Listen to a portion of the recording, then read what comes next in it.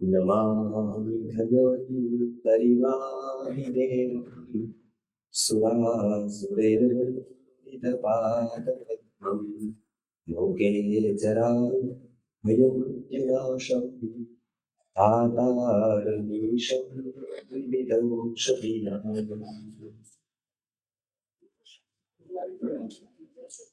આજે ઓફલાઈન કાર્યક્રમમાં કે ઓનલાઈન તો ઘણા લોકો જોડાયેલા છે.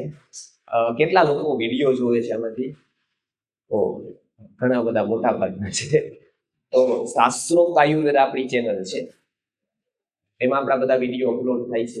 બીજી જમણા હવે માઇક્રો લેવલ ઉપર આયુર્વેદ શીખવવા માટે અલગ અલગ અંગો ઉપર જ્યાં કામ નથી થયું ભારતમાં, એ અંગો પણ સામાન્ય લોકો શીખી શકે. એક આયુર્વેદ BMS કોલેજ થાય તો કરોડો રૂપિયા ગવર્મેન્ટ ખર્ચે, પબ્લિકના પણ પૈસા એટલા ખર્ચાય. પરંતુ આયુર્વેદની યોગ્ય પદ્ધતિ ન હોવાથી અને આયુર્વેદનું આચરણ ન હોવાથી આપણને અપેક્ષિત જ્ઞાન કે વૈદ્ય ન મળે. કે કોલેજ છે, યુનિવર્સિટી છે, પણ આચરણ નથી. BMS ના સ્ટુડન્ટને અમે જોઈએ કે 8 વાગે ઉઠવાનું હોય, કેન્ટીનની ચા હોય, સાથે પફ હોય, કોકા-કોલા હોય, એની સાથે સિંગ હોય. એટલે આયુર્વેદ કોલેજ પણ બીજી કોલેજ જેવી છે.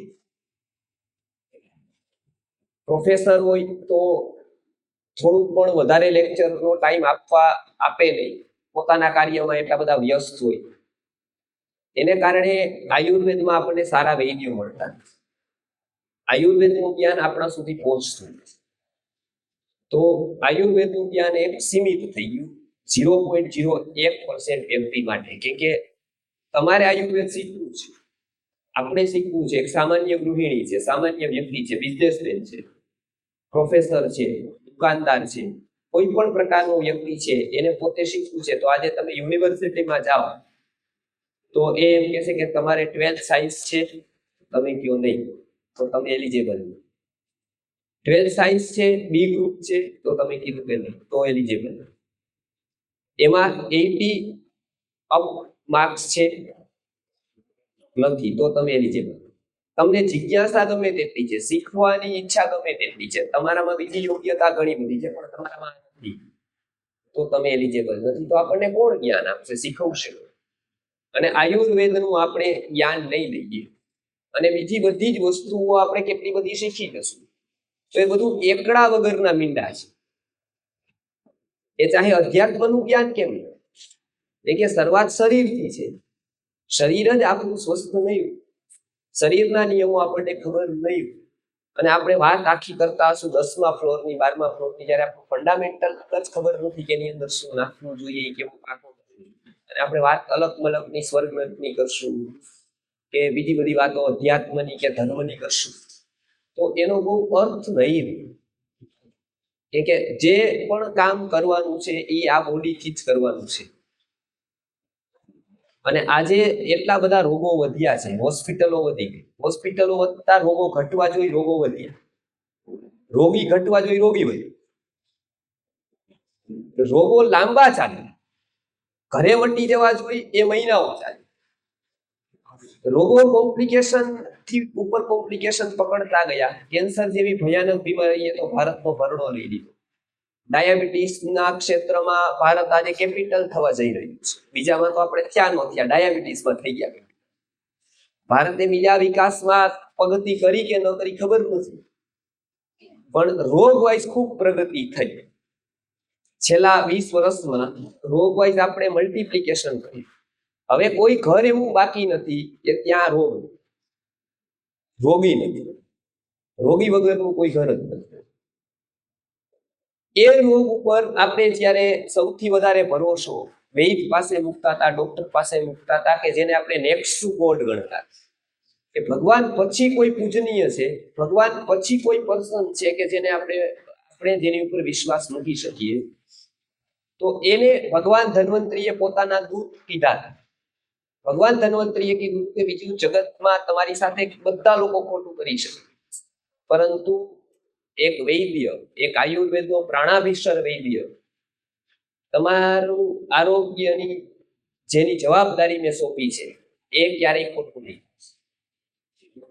બીજા બધા જ લોકો 300 રને નોટ આઉટ રહેવા વાળા, 500 રને નોટ આઉટ રહેવા વાળા ક્રિકેટરો નોટ ઉપર આઉટ થઈ જશે, પણ આ ક્યારેય નોટ ઉપર આઉટ નહીં.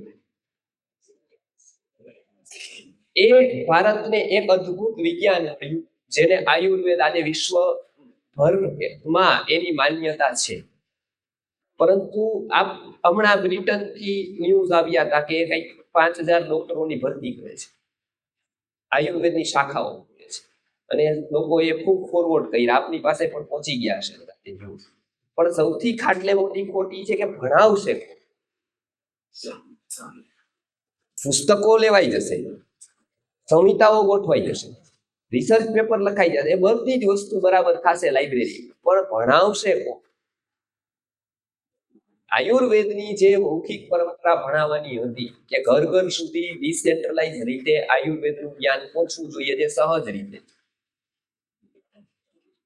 અને એનાથી આખું ઘર શીખી. બાળકોના નાનામાં નાના બાળકને ખબર હોય કે ભાઈ દૂધ સાથે મારે ડુંગળી ન ખવાય, દૂધ સાથે ફળો ન ખવાય, રાત્રે મારે આ ન ખવાય, દિવસે આ ન ખવાય, જમવા આવી રીતે બેસાય, આવી રીતે પીરસાય, મારે આ વસ્તુ ન ખવાય, મારા દાંત સડી જાય અને ભવિષ્યમાં પ્રોબ્લેમ થાય મને. તો આ જ્યારે ઘરનું વાતાવરણ નહીં હોય ત્યાં સુધી બાળક નહીં સમજે. તો એકલા કોઈ શીખી જશે, કોઈ ડોક્ટર વૈદ્ય થઈ જશે, એનાથી કામ નહીં થાય, કેમ કે એના પત્નીને કોણ ભણાવશે, એના બાળકને કોણ દિશા આપશે? તો ક્લિનિકે હશે,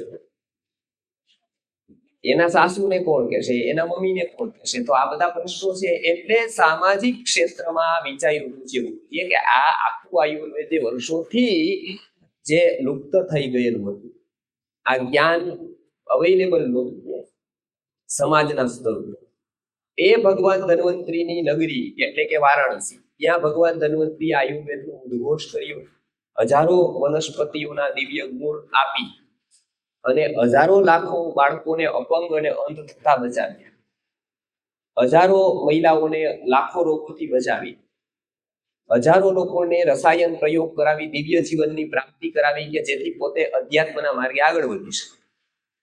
આ ભગવાન ધન્વંતરીનું કાર્ય લઈ પૂજ્ય ગુરુજીએ વારાણસીમાં સંસ્કૃતિ આર્ય ગુરુકુલમની સ્થાપના કરી, ત્યાંથી આ યજ્ઞની શરૂઆત કરી, સિદ્ધાંતો મુજબ જીવવાનું નક્કી કર્યું.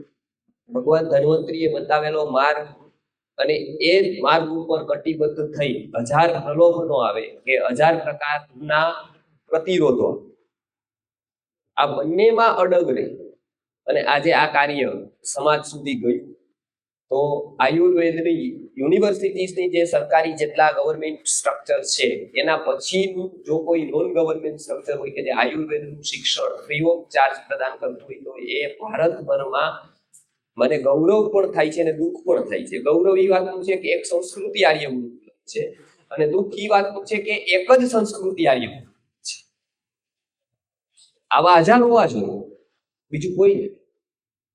બાકી બધે લુપ્ત થઈ ગયું. વારાણસીમાં 4 આશ્રમો હતા, લુપ્ત થઈ ગયા. તો પ્રયત્ન છે કે તમારા સુધી આ માહિતી પહોંચે, તમારા સુધી આ નોલેજ પહોંચે અને તમે પોતે ઇમ્પ્લિમેન્ટેશન કરો પોતાના ઘરે અને બીજાને કરાવો. તો થોડીક સેવાઓ સંસ્કૃતિ આર્ય ગુરુકુલમની હવે સેવા શરૂ કરી છે. તો વડોદરા વાસીઓ પણ એમાં પૂરો સહકાર આપશે, અને ખાસ કરીને પૂજ્ય ગુરુજીની જ્યાં જ્યાં મુવમેન્ટ બાકી છે ત્યાં હવે એ સ્તર આવ્યું છે કે હવે સમાજના સ્તરે લઈ જવી. ગુરુએ પોતાનાથી બધું અત્યાર સુધી ઘણું બધું કરી દીધું છે, ઘણું બધું. હવે જનતા પણ પોતે એમાં જોડાઈને કામ કરે જેથી આયુર્વેદનો સંદેશો આપણે ઘર ઘર સુધી પહોંચાડી શકીએ. અને અત્યારે બીજો કોઈ માર્ગ સ્વસ્થ રહેવાનો છે નહીં. હોસ્પિટલ બનશે, બનતી રહેશે, પરંતુ આપણા સ્વાસ્થ્યનું સ્તર એનાથી સુધરવાનું છે. આજે પણ આપણે ડરીએ છીએ, હોસ્પિટલ નામથી જ ગભરાય છે કે ગબ્બર આ ગયા બેટા. એવી રીતે જે પિક્ચરમાં આપણે જોતા હતા કે બાળક ગભરાઈ જતો, એવી રીતે હોસ્પિટલનું કે ડોક્ટરનું નામ પડતા આપણે ગભરાઈ છીએ. નહીં ત્યાં કેમ? તો કે આપણને આ થોડી ઘણી પણ હકીકત અંદરની ખબર પડે છે. એટલે આયુર્વેદ જેવું જ્ઞાન વિજ્ઞાન ભારત પાસે છે. તો આપણે આપણા છોડને પાણી નહીં પાય તો કોણ પાસે? આપણે છોડને પાણી નહીં પાઈ તો છોડ મોટો વૃક્ષ નહીં. આપણે ઇમ્પ્લિમેન્ટેશન કરવું પડશે. એના માટે પહેલા આપણે સમજવું પડશે. હરેક ઋતુને સમજવી પડશે, એની ચર્યાને સમજવી પડશે. એ સમજશું તો આપણું શરીરના સ્તર ઉપર ત્રિદોષ ક્ષમતા રહેશે અને મનના સ્તર ઉપર ત્રિગુણની ક્ષમતા રહેશે. અને એ સમત્વમ યોગ ઉચ્યતે, એટલે કે શરીરના સ્તર ઉપરની ક્ષમતા એટલે ત્રિદોષનું સામ્ય અને મનના સ્તર ઉપરની ક્ષમતા એટલે ત્રિગુણનું સામ્ય. આ રહેશે તો આપણું હોર્મોનલ બેલેન્સ રહેશે. તો આપણને ડાયાબિટીસ નહીં થાય, પહેલા તો બ્લડ પ્રેશર જેવા રોગો નહીં થાય, કેન્સર જેવા ઘાતક રોગોથી બચી જશું કે જે તમે આજે રોજ બરોજ આપણે સામે જોઈએ છીએ. તો એ બચી જશું તો આપણે આપણી સાધના, આપણા પરિવારને જે જવાબદારીઓ છે, સમાજ પ્રત્યેની જે જવાબદારી છે, ભગવાન પ્રત્યેની આપણી જે જવાબદારી છે એ પૂરી કરી શકશું. નકર એ બધાની સેવા આપણે લેવી, આપણે કોઈની સેવા નહીં. તો આજે ખાસ ઋષિ મુનિઓએ એમાંનો એક પ્રયોગ આપ્યો છે જેની આજે વાત કરવા વડોદરા છું. તો એ ખાસ કરી અને જીવેમ શરદશ્ચ, એટલે કે વેદોએ આશીર્વાદ આપતા કીધેલું કે 100 શરદ સુધી જીવ. તો 100 વર્ષ ન કહેતા 100 શરદ. તો 100 શરદ શું કામ? તો કે ભાઈ શરદ ઋતુમાં જીવવું કઠિન. આપણે એમ કહીએ ને કે ભાઈ હવે આ એક વાર્ષિક પરીક્ષા ક્રેક કરી દીધી એટલે ભાઈ, અથવા તો આ આપણે ટપી ગયા એટલે કે એ કાળ કઠિન છે. જ્યોતિષ વાળા કહે છે ને કે ભાઈ પનોતી કાઢી નાખો એટલે પૂરું. તો આયુર્વેદની દ્રષ્ટિથી એક રીતે આ પનો શરદ સ્વાસ્થ્ય ઉપરનો ઘાત, કેમ કે વાયરલ ઇન્ફેક્શન અત્યારે વધે, આ બધા રોગો અત્યારે વધે. તો એને કારણે શરદ ઋતુ એ એવું કહ્યું કે તમે 100 શરદ જીવો. શરદ જીવી ગયા તો બીજી ઋતુઓ જીવવાની. એટલે આશીર્વાદ આપતા શું કીધું કે 100 શરદ જીવેમ શરદ શરદ. તો પ્રશ્ન થાય છે કે શરદ ઋતુ એટલે કઈ? તો કે વર્ષા ઋતુ પછીના 2 એટલે શરદ. વર્ષા ઋતુ જ્યારથી પૂરી થાય એટલે આકાશ સ્વચ્છ થાય. આકાશ સ્વચ્છ થાય, વાદળા વિખેરાઈ જાય. વાદળા વિખેરાઈ જાય એટલે સૂર્યના સીધા કિરણો આપણા પાસે આવે. પેલા વાદળા હતા, હવે વાદળાથી આકાશ સ્વચ્છ થઈ, તો તીવ્ર કિરણો હવે સીધા આવે. એ જ્યારથી શરૂઆત થાય આ તડકાની, જેવું કહેવાય કે વાદળા વિખેરાઈ જાય અને તાપ પડવો શરૂ થાય, એ કહેવાય છે કે શરદ ઋતુની શરૂઆત. હવે તો કે હવે એ તાપ પડે તો આપણી ઉપર એની શું ઇફેક્ટ? તો કે શરીર યથા બ્રહ્માંડે તથા પિંડી, જેવી રીતે બ્રહ્માંડની પ્રત્યેક ઘટના આપણા ઉપર અસર કરે છે અને આપણી પ્રત્યેક ઘટના બ્રહ્માંડ ઉપર અસર. તમારો નિસ્વાર્થ પ્રેમ, નિર્વ્યાજ ભાવના પ્રત્યેક વ્યક્તિ ઉપર અસર કરતી જ છે. આપણે માનીએ કે ન માનીએ, એ અસર કરતી જ છે. આપણે સારું કામ કરીએ એ નોંધાતું જ હોય છે, અને જેટલા ઉત્તમ કાર્યમાં આપણું પ્રદાન હોય એટલું ઉત્તમ રીતે ઉત્તમતાથી નોંધાતું છે. એવું નોંધાયું છે એટલે જ આપણને પંચેન્દ્રિય પૂર્ણ શરીર મળ્યું છે, એમનેમ નથી મળ્યું. આયુર્વેદમાં પાપ પુણ્યની તો માન્યતા નહીં, પૂર્ણપણે સ્વીકાર છે. અને કેટલાક લોકોની પુણ્ય ન હોવાને કારણે આજ પણ અંધતા, અપંગતા, પંગુતા જેવી દિવ્યાંગતાઓ સહન કરવી. ગર્ભાવસ્થામાં કેટલાક માતાઓ ભૂલો કરે છે, એને કારણે 21 પ્રકારની દિવ્યાંગતા બાળકને પ્રાપ્ત થઈ જાય છે. બાળકનો કોઈ દોષ નહીં, એ ન આવે એ અપાર કરુણાથી પૂજ્ય ગુરુજીએ દિવ્ય સંતતિ યાગનો એક પ્રયોગ આપ્યો, જેમાં એને શિક્ષણ આપવામાં આવે છે કે બાળક પંગુ કઈ રીતે. સુશ્રુત સંહિતામાં 5 કારણો આપ્યા છે. ચિત્તાદીનામ શોભેણ દૌહૃદે અવમાનિતે વાતાદીનામ પ્રકોપેણ ગર્ભો વૈકૃતમ આપે. આ ગર્ભ વિકૃત થઈ ગયો છે, તો આપણે એનાથી બચ્યા છીએ. આપણને આયુર્વેદનું જ્ઞાન ક્યાંક ને ક્યાંક પરંપરામાં આપણા માતા પિતાને મળી ગયું છે. એને કારણે આપણે આજે સ્વસ્થ છીએ. તો એ પેલો ઉપકાર ભગવાન ધન્વંતરીનો છે કે જેને આ જ્ઞાન આખા સમાજને આપ્યું. નાનામાં નાની જગ્યાએ આ જ્ઞાન ઓછી ગયું. એ યુનિવર્સિટીમાં ભણવાનું તો ગયા, પણ એને ખબર હતી દાદી ભાઈ હિંગ લગાડો તો પેટનો દુખાવો. એ ગેસ્ટ્રોએન્ટ્રોલોજીસ્ટ નથી, પણ એને ખબર હશે કે ભાઈ બાળક રડે તો એ ગેસ થયો હોય તો રડે. આવી રીતે એ જ્ઞાન ધીરે ધીરે લુપ્ત થયું છે. એ આપણે સૌથી મોટી દુઃખની વાત છે. ભારત જેટલી મોટી વસ્તીનો દેશ અને એમાં ખાલી 12 લાખ જ રજિસ્ટર્ડ ડોક્ટરો ગવર્મેન્ટના પોર્ટલ કેવા પ્રમાણે, એમાં માત્ર એમના કેવા પ્રમાણે 10% થી 20% યોગ્ય, એના પણ ભાવના વાળા કે તમારા રોગો ઉપર જેની નજર હોય, બરાબર, એમના એકાઉન્ટ ઉપર નહીં પણ રોગ ઉપર નજર હોય, એવા લોકો એનાથી પણ 5 થી 7%. આવી જગ્યાઓમાં યોગ્ય ડોક્ટર કે વૈદ્ય મળવું મુશ્કેલ. ત્યારે આપણી પહેલી જવાબદારી આપણા ઘરને સ્વસ્થ રાખવાની, આપણને સ્વસ્થ રાખવાની. એ કેવી રીતે રહી શકે? તો કે ભાઈ પહેલી વસ્તુ કે તમે આને આયુર્વેદના સિદ્ધાંતોને સમજો. એટલે શું? તો કે બ્રહ્માંડમાં જે વસ્તુ થાય છે, તો સૌથી સ્થૂળ વસ્તુ કઈ થાય છે? તો ઋતુ પરિવર્તન થાય. જે કોમન માણસ એવું ના ન પાડી શકે કે ના એવું નથી થતું. એ તો થાય જ છે. આપણે 3 ઋતુ ભણીએ, શિયાળો, ઉનાળો ને ચોમાસું.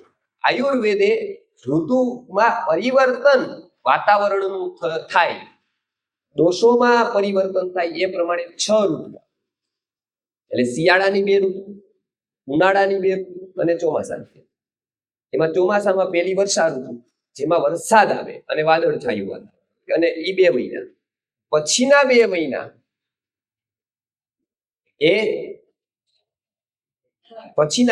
શરદ, કે જેમાં વાદળ છાયું વાતાવરણ ન હોય, વરસાદ ન હોય, પણ તીવ્ર તાપ, બરાબર. એટલે આ શરદ ઋતુ ખબર થઈ ગઈ બધાને કે ભાઈ આ શરદ ઋતુ એટલે ચોમાસું જે 2 મહિનાનો આ વરસાદ વાળું જાય, પછીના જે મહિનાઓ 2 આવે એ શરદ ઋતુનો સમય આવે. હવે શું થાય? તો કે શરદ ઋતુમાં તીવ્ર સૂર્યના કિરણો પડે. તીવ્ર કિરણો પડે એ આપણા શરીરમાં આ જાય. આપણે બહાર નીકળીએ ન નીકળીએ છતાં એની અસર તો થાય જ. એટલે શરીરમાં જે પિત્તનો સંચય થયો હતો, કે શરીરમાં હંમેશા આયુર્વેદે કીધું છે કે 12 જેવું વાતાવરણ, એના મુજબ દોષો પ્રકુપિત થાય. સપોઝ એક ઉદાહરણ તમને આપું. કોઈ પણ એક વ્યક્તિમાં સારા સંસ્કારો પણ છે અને ખરાબ વાતાવરણ જેવું આપો ને, એ એના 12, બરાબર. બાળક છે એમાં ખરાબ પણ છે, એ જન્મારાઓથી આવ્યો છે તો એનામાં ખરાબ સંસ્કાર છે, અને સારા પણ છે. પણ એને સારું વાતાવરણ મળે એટલે એના સારા સંસ્કારો આવતા જાય ઉપર આવતા જાય. આમ થપી છે, ખરાબ સારા, ખરાબ સારા, ખરાબ સારા. જેમ જેમ એને સારું વાતાવરણ મળે એમ એને યોગ્ય સંસ્કારો બહાર આવે, એટલે એ સંસ્કારો એ સારું. અને એનું એ બાળક તમે ખરાબ વાતાવરણમાં રાખો એટલે એ ખરાબ થયું.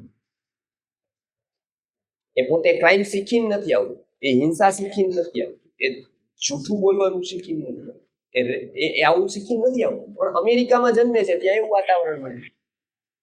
અહીંયા પણ હવે એવું વાતાવરણ મળવા મળ્યું છે ભારત જેવા દેશમાં. એટલે એનું માઇન્ડસેટ એવું. એક જગ્યાએ આપણે સારું વાતાવરણ આપીએ, બાળક સારું શીખે. આજે ગુરુકુળમાં બાળકને મૂકે છે, ત્યારે એને અમે પ્રયત્ન કરીએ કે એને સારામાં સારું વાતાવરણ આપવું, એથી એના પ્રોપર સંસ્કારો જે છે એ જાગૃત. અતિશય કઠિન વાત છે આજે આ કરવું, છતાંય પ્રયત્નથી બધા બાળકો મૂકે છે. યોગેશભાઈ આવ્યા, એના 2 બાળકો મૂક્યા છે. બધા કાર્યકર્તાઓ પોતાના બાળકોને પૂરી નિષ્ઠાથી કઠિન જીવન જીવવા માટે મૂકે છે. કમાન્ડો ટ્રેનિંગ જેવું હોય છે.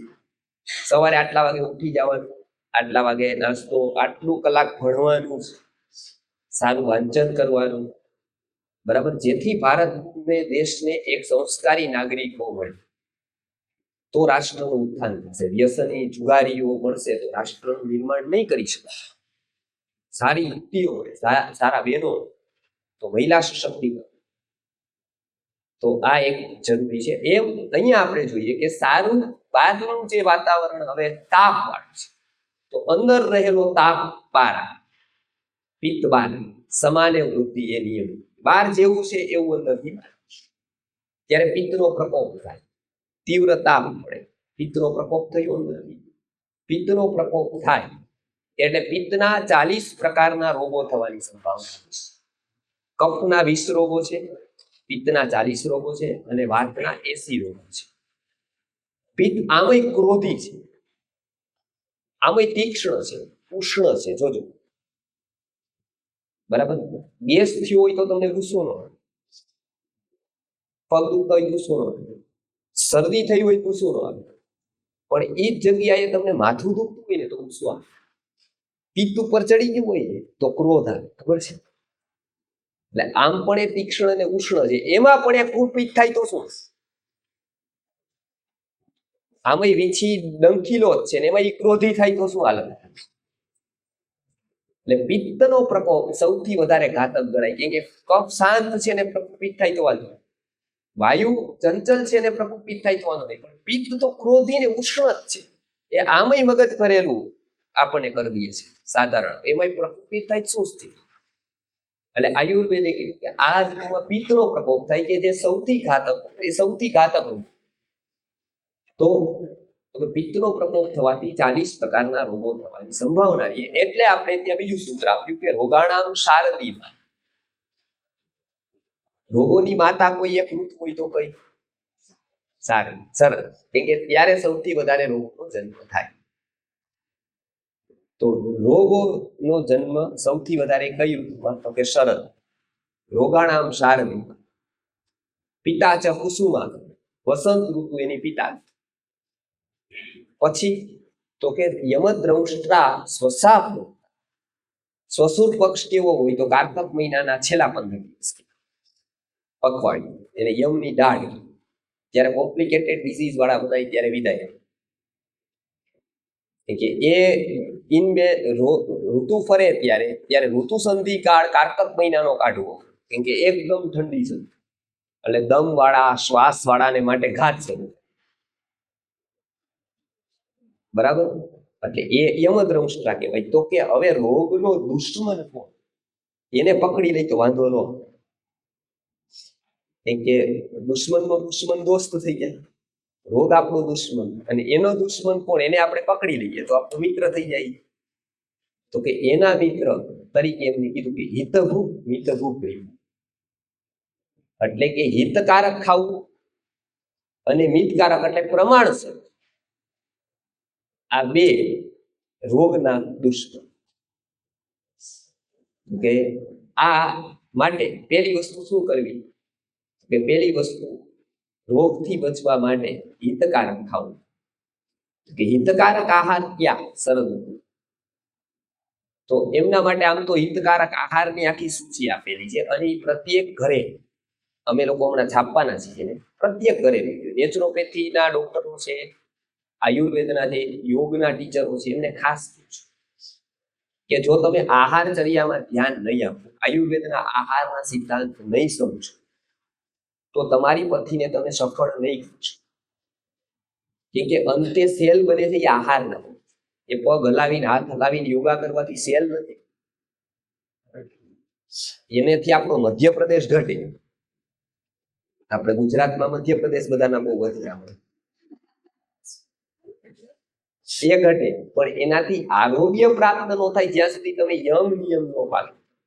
એટલે યમ છે યોગ દર્શન, એ સદવૃત છે અને નિયમ છે એ સ્વસ્થ વૃત છે.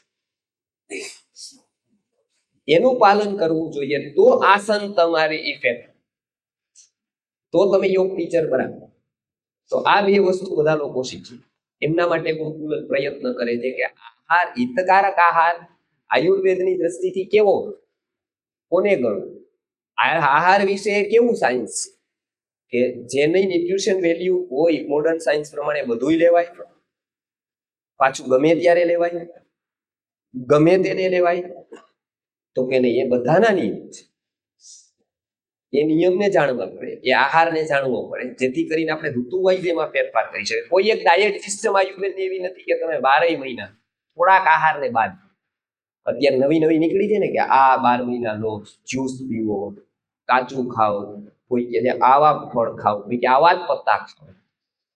તો એ તો જે પ્રદેશના જે લોકોને જે ફળ હાથમાં આવ્યા, જે પત્તાઓ હાથમાં આવ્યા, બરાબર, એનાથી એને લાભ થયો, તો એ એક પકડી લીધું, નો લીધું. પેસ્ટ નો લીધું, બરાબર, પેસ્ટ કરવાની પણ નો લીધી. પછી તેલ નોનીનું નાખવાનું, પછી સાંધા દુખાવ તો કે ગોળીઓ નોની. આમાં તો શું થાય કે ભાઈ મને એક તારા શૂઝ સીવી દીધા, બરાબર, કોઈ પણ એક શૂ મેં કરી, હવે એને હું જઈને કહું આ બૂટ બહુ તે સારા સીવી દીધા, હવે મારે નક્કી કરવું છે કપડાય તું જ સીવી દે, હવે મારે બીજે ચશ્માય નથી કરાવવા, ચશ્માય તારે જ મારા કરવાના. તો શું હાલત થાય? હવે એમ કોઈ એક દ્રવ્યની આપણને સારી અસર એક અંગ ઉપર થઈ, તો કેટલાક લોકોએ એવું કરી દીધું બધે એ પેસ્ટ એની, ગોળી પણ એની, બરાબર, તેલ એનું, બધું એક જ દ્રવ્ય.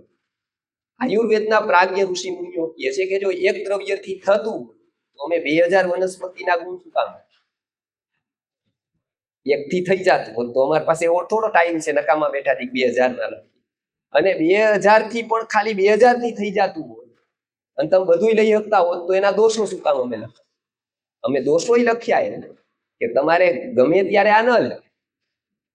જ્યારે તમે ગુણ અને દોષ બેય જાણો ત્યારે તમે એનો પ્રોપર ઉપયોગ કરી શકો. તો આ ઋતુમાં શું જંત્ર?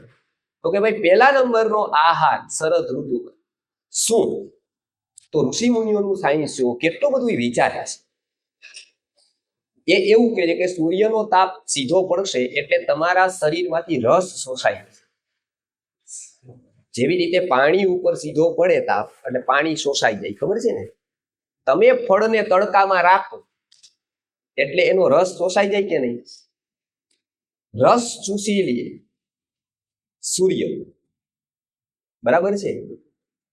એવી રીતે તમારા શરીર ઉપર સૂર્યના કિરણો પડશે એટલે તમારા શરીરની રસ ધાતુ છે, જે રસ છે એ શોષાવા, એ શોષાવા બનશે એટલે તમને રસની વધારે જરૂર પડશે, જલ તત્વની વધારે.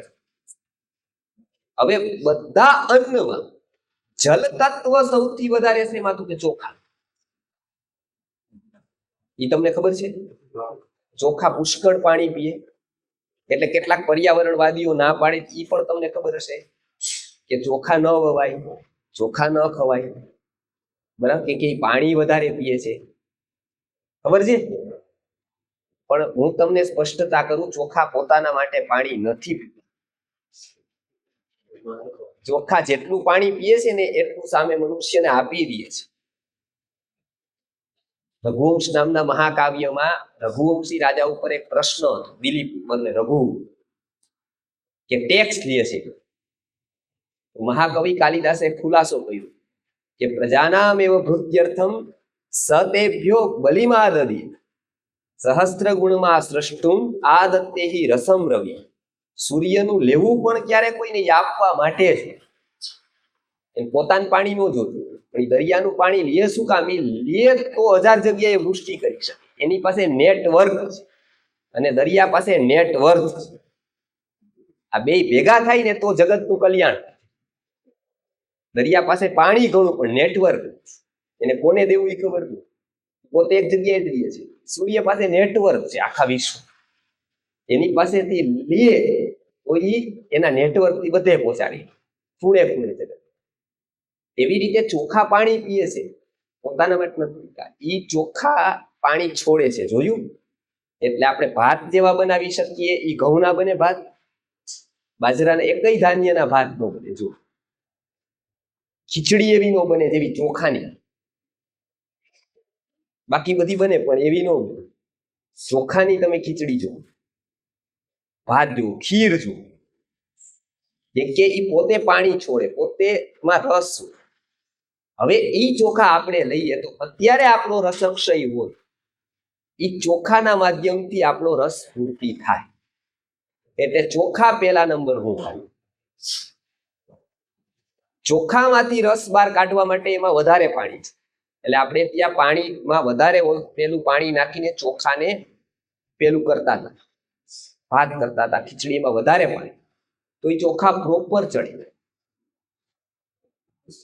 ગેસમાં ફટાફટ 2 સીટી મારી દી તો ચોખાનો રસ જ અભિવ્યક્ત નો. એના માટે એને સમય જોઈએ, કેમ કે જેટલું એને લીધું એટલું પાછું કાઢવા સમય જોઈએ. મેં આજે 12 વર્ષ 14 વર્ષ હું ભણ્યો, તો તમે એમ કહો 10 મિનિટમાં લેક્ચર પૂરું કરો તો થાય? હા, મારે સ્ક્રિપ્ટ ગોખીને પીપીટી બતાવી દેવાની હોય તો થઈ. તમને ભ્રાંતિ થઈ જાય મને આવડ્યું, પણ અંદર નો ગયું.